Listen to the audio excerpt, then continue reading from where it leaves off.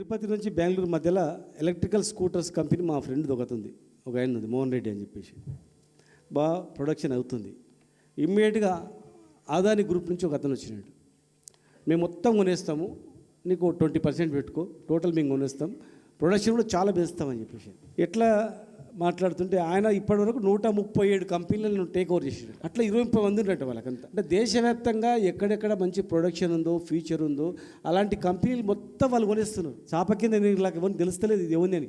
ఎయిర్పోర్ట్లు కొనేసిండ్రు, ఫోర్ట్లు కొనేసిండ్రు, పెద్ద పెద్ద industries కొనేసిండ్రు. Total public ఏది ఉపయోగపడే వస్తువు బయటికి వస్తుంది కొత్తదంటే అది వాళ్ళ దగ్గరికి వచ్చేస్తుంది. హైయెస్ట్ ఇప్పుడు కరెంట్ మీటర్లు పెట్టాలి, రేపు కరెంట్ మీటర్ వ్యవసాయ మీటర్లు పెట్టాలంటే వ్యవసాయ మీటర్లు కూడా ఇచ్చేసినమాట అంతే.